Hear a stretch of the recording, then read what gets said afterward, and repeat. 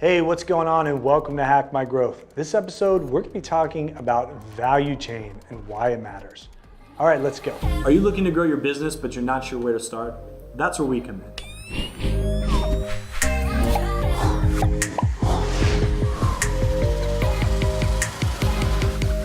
Hey, thanks for checking out this video. If this is the first time you've watched, or maybe you've been watching a while and have not yet hit subscribe, please do so now. We would love to have you join our community.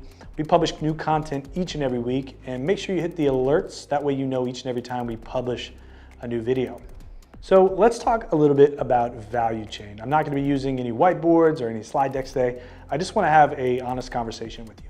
So value chain is how we add value throughout the entire process. And this is both an internal process for our business as well as external process. Now, when it comes to marketing, there's no better way to market. There's no other channel that has more of conversion power than referrals. And referrals come from customers who are raving fans, customers that really love what you do and that love it so much they can't help themselves but to talk about it.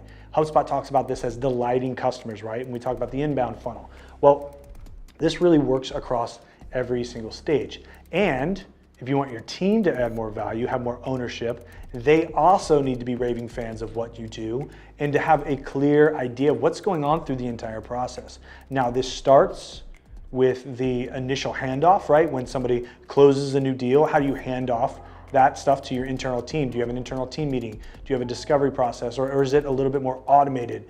The reality is your team needs to understand how things work internally and how value is being added all along the way. That's maybe an order comes in through the website and the person who intakes that order in the warehouse and ships that box out, that they add value throughout the process. Maybe that's a handwritten note to the client. One really cool way of a company that did that was PictoChart with me. Now, PictoChart does these infographic tools.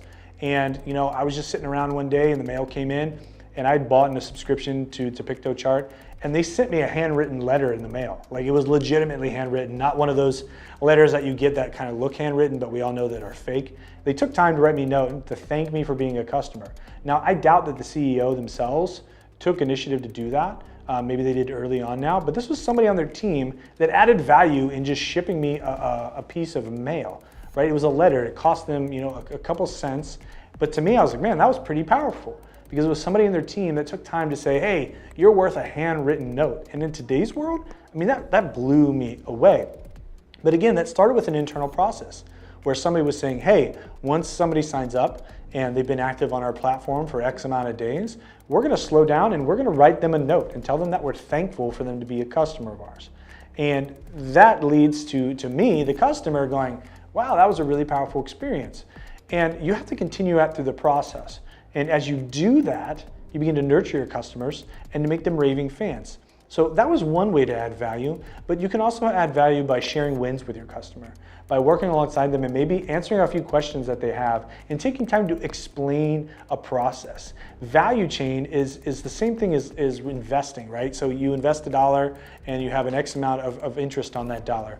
Well, if you make an interest of 7% on the first year, the next year you don't make 7% interest on a dollar, you make 7% interest on $1.07, and it begins to compound. Well, the same thing happens when we add value to our customers and to our teams. As you begin to add value through each stage of the process, it begins to compound. And as that value compounds, your products and your services become more valuable, and your team begins to invest more and more time and energy into making sure that they do the best job possible. But it starts with the leader. It starts with the person running the department to take that initiative and say, here's how we can increase our value. Here's how we can make our customers more excited about what we're doing. Because then what you can do is leverage those customers for referrals. And again, even in that, you have to do it the right way. You don't want to say, hey, you've had a really bad quarter. By the way, if you know anybody else that wants to have a bad quarter, I'm just joking. But we have to make sure that timing is right as well. So in making sure that our customers are so excited and so believing in the products and services we provide that they just have to go, hey man, if you need a website, if you need a back massage, if you need coffee, if you need a t-shirt, if you need whatever it is that you're selling, you have to go to this guy, because when they took care of this for me, it went above and beyond. These are the things that we can do to really make our businesses stand out, because most business owners, not most, but some business owners take the easy road. Maybe they have an installed customer base, they just kind of churn out their widgets and they do their thing, and they don't think about the value add. But if you want to grow, and you want to grow a lot, and you want to make an impact bigger than just the monetary side of things, value chain is an essential part of your business. If you got any questions on value chain or any questions on how you can engage your customers more effectively, please comment below. Let's continue the discussion. And until next time, happy marketing.